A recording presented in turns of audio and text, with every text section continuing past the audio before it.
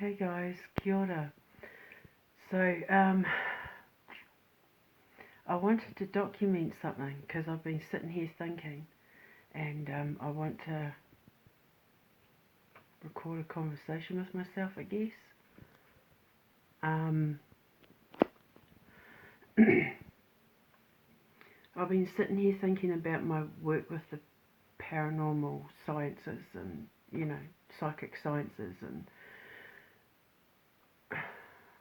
Einstein always said if you can't explain your work to a 6-year-old, if you can't explain your science to a 6-year-old, you don't understand your own science. So I'm sitting here thinking about how to explain ghosts to people. And what is most commonly referred to as stone tape theory. How we see repeated images recorded in the atmosphere being played over and over again at a certain time, commonly referred to as ghosts. The Grey Lady, for example. And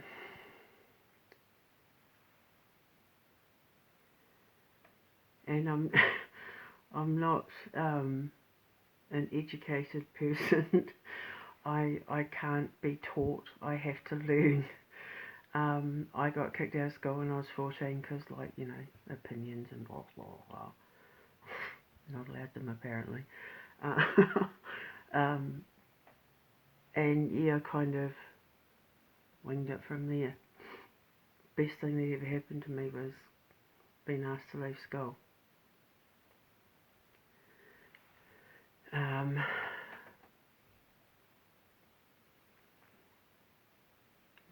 But it is when a lot of the paranormal stuff started getting stronger for me.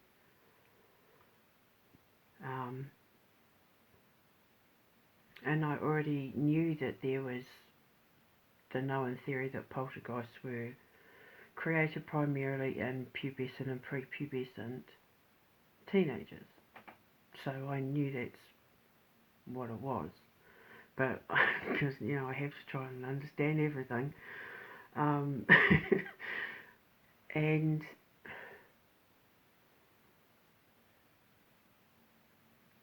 when I started trying to teach this stuff on my blog to children so that children would understand the paranormal, so that they wouldn't be afraid of it, because I was never really afraid of it. I always saw it as a test and a learning experience. From the age of 12, around about 12, that's when it really, the wanting to know sort of really kicked off. Was there a God?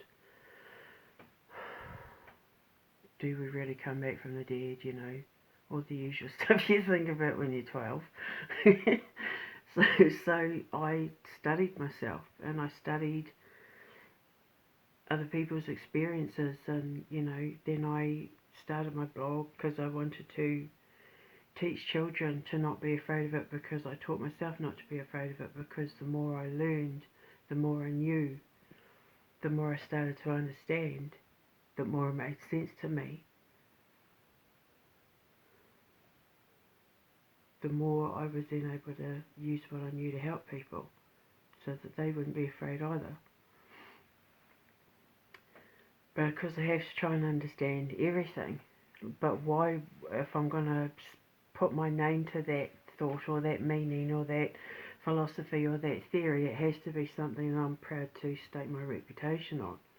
Because, my word is my bond, and reputation is everything to me, because I've spent my whole flapping life trying to figure this stuff out, because I realised pretty quickly, like in my book The Porcelain Rabbit, that I was able to, from a very young age, help people, my friends and teachers in school and that, from reading their palms and that, help them see death in a way that made them more curious about it than afraid of it. And in my culture, we're always around the dying, because we embrace each other and take care of each other and You know, we walk our loved ones to the other side as a family in the community, and I've always been around dying people. I like to make them laugh and remember, and if they're in comas and then I get to speak to them and speak on behalf of them, and I think that's pretty cool. I always like to ask them to tell me about their fondest memories before they die, so that they have good thoughts in their head when they cross over, you know. And then I can say to their loved ones, they were thinking about the day they got married and when their children were born, and you know, and then it leaves their loved ones with fond memories and that, because that's usually the answer. The day I got married and when my children were born. It's the most common answer, and I love that. I want to help people make more memories like that. Family's, you know, important. We've got to keep families together. We've got to create healthier minded children. Because it's at that age that their minds start becoming unhealthy, because society starts to reprogram the way they think, and it sets them off balance, it sets them off course, and their frequency becomes very strong at that point. All the chemical components are in their bodies just right that they become magnetic like bullets. They become very kinetic, hence poltergeist activity. They have the ability to move objects and, you know, make sounds, project sounds and things like that, and they don't even realise they're doing it.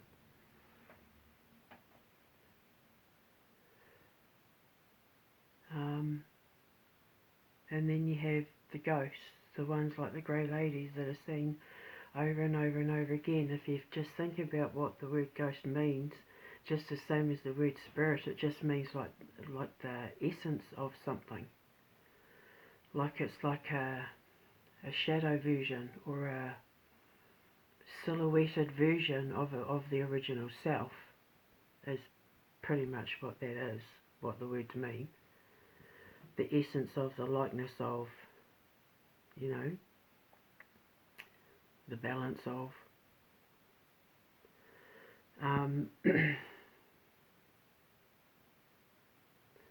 But the only way I can explain what a ghost is, or because I'm a visual thinker, because I can't do maths, like I'm not very smart like that, so I have to see it in my head, and when I see it in my head it makes sense. Like when I read people's binary codes, that, you know, I figure them out really quick and it makes sense to me. Like I know how to handle them then. It's just the way that my brain reads stuff. It's like frequency. It's magnetism, and I have to understand magnetism. I don't know why magnetism just fascinates me. Because magnetism is responsible for everything. Without magnetism, nothing would exist.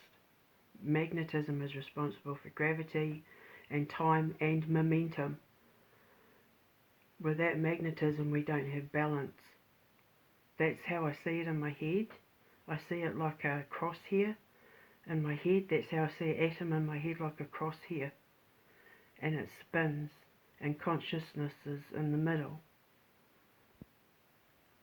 But everything has to work in conjunction with each other. Like work in a symbiotic union in order to expand itself. And that's energy. And that's how time is recorded. That's how I see it in my head. Because what happens is, if you look at all time that has ever existed as like a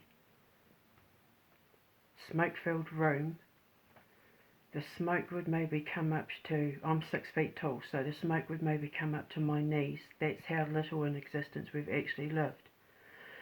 And what goes beyond that is yet to be expanded by us. So if you look at the smoke from the knee down, it's actually made up of an infinitesimally small dot that is actually in itself a varying frequency of vibration. That's how I see these little dots on my head. So it's like almost an infinite amount of infinitesimal dots that if you stand back and look at it, it's like smoke.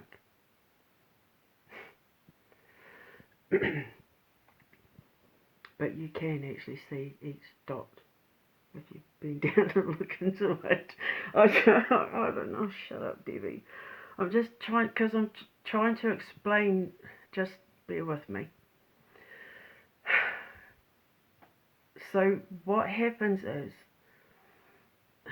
when we have a memory, it's like, I always say, it's like taking a snapshot, taking a photo in your mind. Something happens in your life, doesn't matter what it is, if you remember it, there's a reason for it. If it's captured in your memory, it's taking it like a photograph. Okay, so what takes a photograph? Magnetism. How? So then that's when it comes back to these dots that I see in my head. And what happens is, each dot is actually moving at its own pace, its own pulse. No two dot is the same all the time, at the same frequency. Every one is a little bit higher, a little bit lower, a little bit to the left, a little bit to the right in frequency from the other. No two dot and that smoke is at the same frequency all the time. But every now and then, these little dots of light, these little atoms of time, gravity, magnetism, momentum and balance, just every now and then they come into sync and run at the same frequency. And then what happens is, an event will happen that straightens the line. So everything stops running at a frequency and stops, like it tightens like a rubber band tightening, and it tightens so fast and so quick, it takes like a flash and it records that moment. And that's what a ghost is. And every now and then, I don't know what the mathematical statistics would be of every now and then it coming back into frequency like that, like a, explain it, Debbie.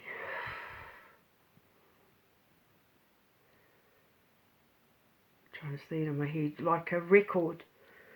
Imagine a record player. You put the needle down and it just plays the same song over and over and over again. What's the mathematical, statistical probability of the amount of time it takes for the record to get back to its note that it plays? Do you know what I mean? Every note that's played in the song going round is a snapshot in time in itself, in the vibration of sound. So every time the needle hits the note it's supposed to hit in order to make that intended sound, that intended snapshot of sound, how often does it come around? I mean, it's like, I don't even, because I can't do maths. I work in vibration and frequency because I can't do maths. I see it visually in my head. And that's what happens. It takes a snapshot, that flash. That's why you remember it. But when people have near-death experiences and they say time slows down, like they saw their life flash before their eyes, it was like time slowed down and everything was stretched out and they got to see their life go by.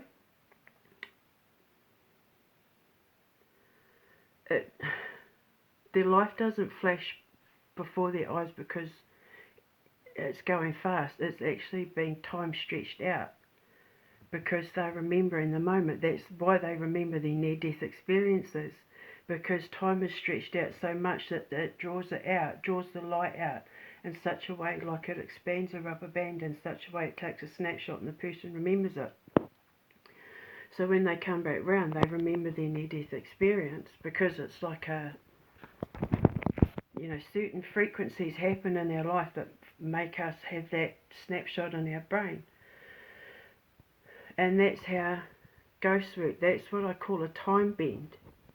And that's why I call it time bends and not ghosts, because every now and then time bends in such a way that it eventually becomes in sync with itself, to then it looks like it's time standing still to take the snapshot, but it's not actually standing still.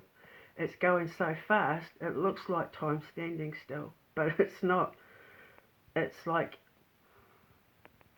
you turn on a flashlight, light travels so fast, you see the flash of it, you see its start and its end before it's even begun.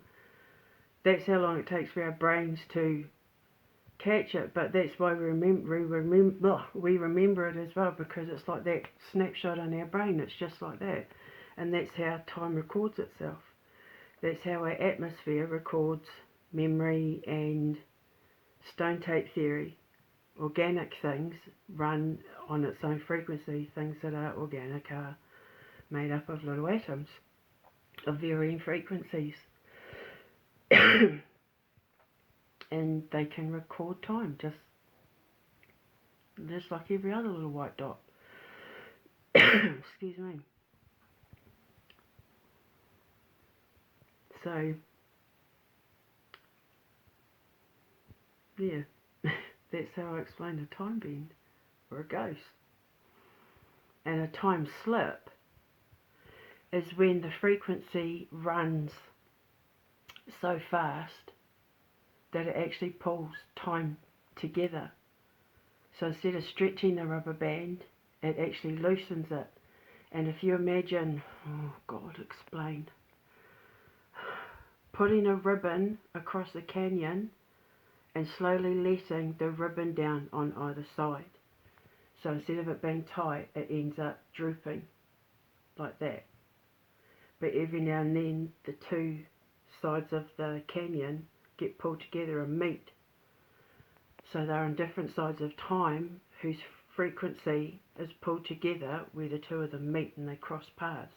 Like kids' imaginary friends, and you'll walk into the kitchen and see someone standing there and they turn around and look at you like you're the ghost. Or, there's a couple of videos on YouTube that absolutely fascinate me, where there's video of a couple standing in a kitchen and they can see someone in their stairs. I think it's in England, I'm not sure, and they can see like someone standing at the stairs kind of bending down looking into the kitchen, and I swear that's a time slip, where the person who's bending down looking into the kitchen thinks there's a ghost in the kitchen. They both think each other's the ghost. They're both in each other's time space, because time's been pulled together, and that's a time slip, and they both experience each other's, time space. So they both think each other's the ghost, and one might be from 200-300 years before the other one even existed. I think that's so cool. It fascinates me. It's just whether magnetism gets tightened or loosened. It's all based on our growing consciousness and awareness of what this stuff is. I'm trying to play my part, I guess. Trying to help people understand it from a alternative perspective, shall we say. So, yeah, so I just had to record that because I started getting a visual in my head. And oh my god, I downloaded Grammarly and it absolutely ruined my life. When I was writing my book, I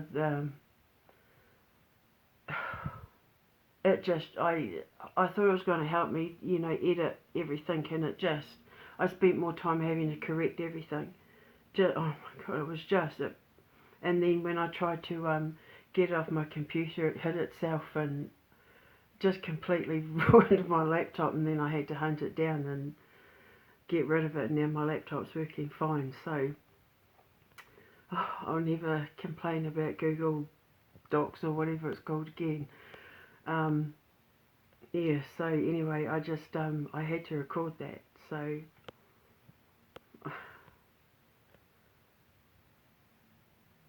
yeah. Okay.